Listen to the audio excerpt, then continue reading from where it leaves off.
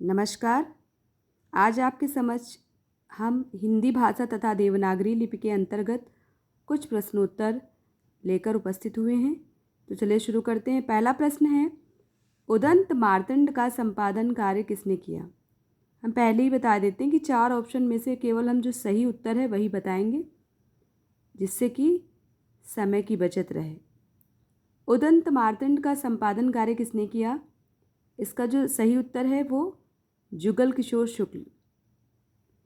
केंद्रीय सरकार के कार्यालयों में राजभाषा हिंदी के कार्यान्वयन का कार्य अर्थात उत्तरदायित्व किसका है? तो इसका जो सही उत्तर है वो कार्यालय प्रधान का। अगला प्रश्न है, हिंदी शिक्षण योजना के अंतर्गत प्राज्ञ परीक्षा 70% से अधिक अंकों से उत्तीर्ण करने पर मिलने वाली एक मुश्त राशि क्या है? तो वह राशि है 2400। अगला प्रश्न है, मुझे लग रहा है ये रिपीटेड क्वेश्चन है, उदंत मार्तंड के संपादक का क्या नाम है? ये भी पंडित जुगल किशोर शुक्ल। अगला प्रश्न, इनमें से कौन सी भाषा देवनागरी लिपि में नहीं लिखी जाती? तो आपको ध्यान रहे, हिंदी, संस्कृत और मराठी ये सब देवनागरी लिपि में लिखी जाती हैं, लेकिन गुजराती जो भाषा है वो देवनागरी लिपि में नहीं लिखी जाती। अगला प्रश्न, बालबोधिनी पत्रिका के संपादक कौन थे? तो इसका जो सही उत्तर है वो भारतेंदु हरिश्चंद्र जी। अगला प्रश्न, माखनलाल चतुर्वेदी द्वारा किस पत्र का संपादन कार्य किया गया? तो वो है प्रभा।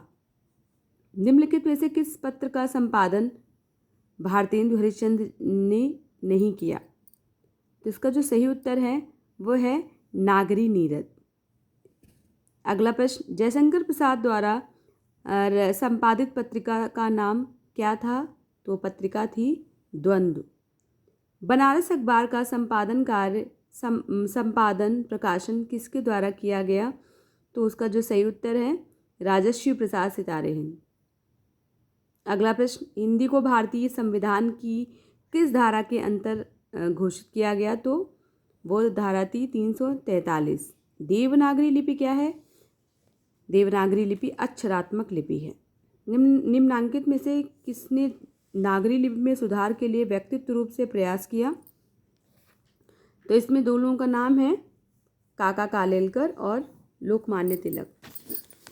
अगला प्रश्न, निम्न में से क्या देवनागरी लिपि के संदर्भ में सही है?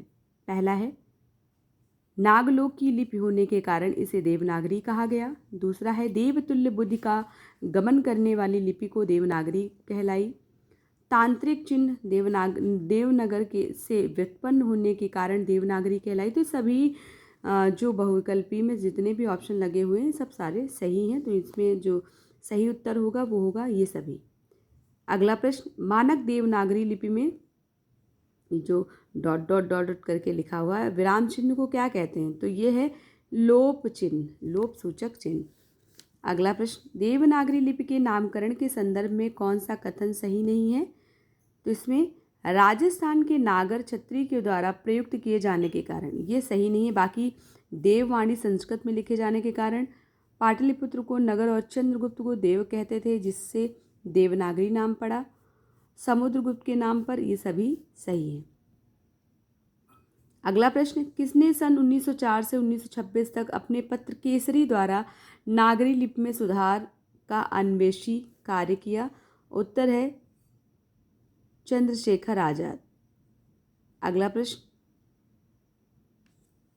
इसमें लोकमान्य तिलक सही होगा, चंद्रशेखर आजाद नहीं है। अगला प्रश्न, मानक हिंदी में संबोधन पद अनुनासिक नहीं होते, कथन सत्य है। अगला प्रश्न, मानक देवनागरी लिपि में किस चिन्ह को छोड़कर शेष चिन्ह वही ग्रहण कर लिए गए हैं जो अंग्रेजी भाषा में प्रचलित हैं? तो वो है फुल स्टॉप।